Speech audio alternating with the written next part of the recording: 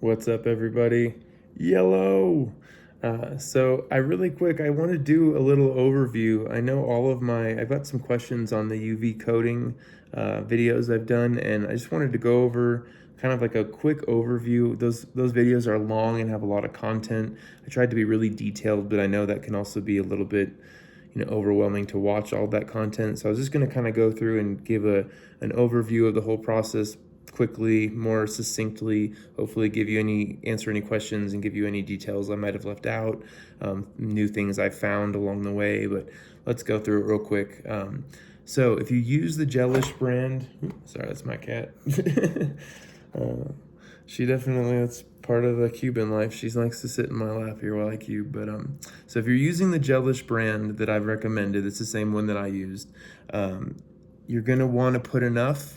So the questions I got were, how much do I put on? I want it to be really nice and even. I don't want it to look lumpy and bumpy and all this stuff. So this was kind of my answer to how to really do the tech right and get the right results. So you want to put enough on each piece so it fully covers it. I noticed so you want to it should look somewhat flat when you're finished brushing it, but then you want to let it sit. There's a time in between brushing and putting it under the light where you just want to let it sit. You don't want it under direct light. You don't want it under around a lot of heat, because all those things will accelerate the curing process. So if you kind of keep it in like a darker, not dark, but just not, again, direct light, and not like right in front of the fireplace or something, for example. But if you let it sit, the gel coat will self-level. That's why you actually want to put on a thick enough layer so it has a chance to self-level. If you put on, I found when I get to the end of the bottle, and sorry, kitty, if you get to the end of the bottle and you have to end up putting on less and less on each piece, that's when I found I would get the imperfections, because it didn't have enough to spread out and fully cover each piece. It was kind of then it would leave dimples. It would try to spread, but it wouldn't have enough gel coat to do it. So also, with this being a wipe off coat, it's really okay that if you put a little bit extra on it first, because you're going to wipe off the excess at the end. And again, that excess is going to let it really self-level. I mean, I wanted to show, this is a cube I did myself. This is not from the factory. I'm extremely proud of this one. It looks about as perfect as I could ever ask, or, I wouldn't recommend this stuff to you guys if I didn't, have success myself. But yeah, it looks really perfect. This is what I believe everyone's been asking for, is that perfect glassy look. No, you don't want it to look like a DIY job. You want it to look like you bought it, but you still feel, as good as from the factory. But yeah. Anyway, so let's see.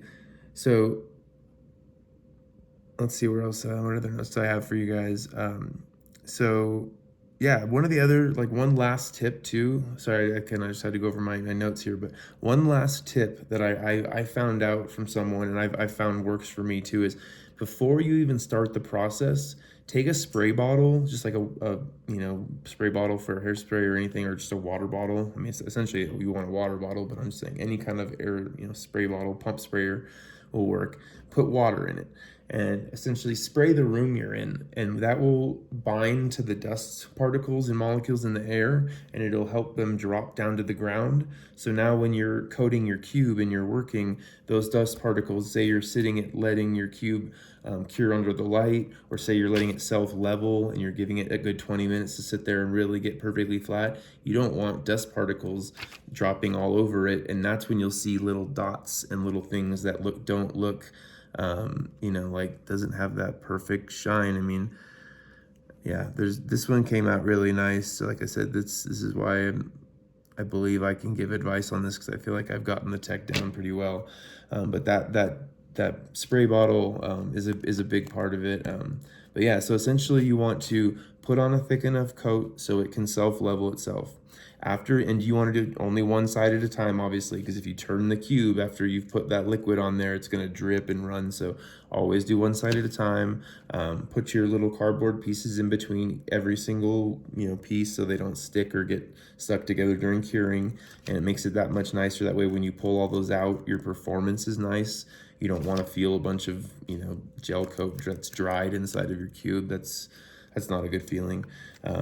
But yeah, you just essentially put enough on there so it'll self-level. Do one side at a time. Give each side about 10 to 20 minutes, in my opinion, to fully level. The nice thing, again, if you keep it out of the light and away from the heat, it'll stay liquid.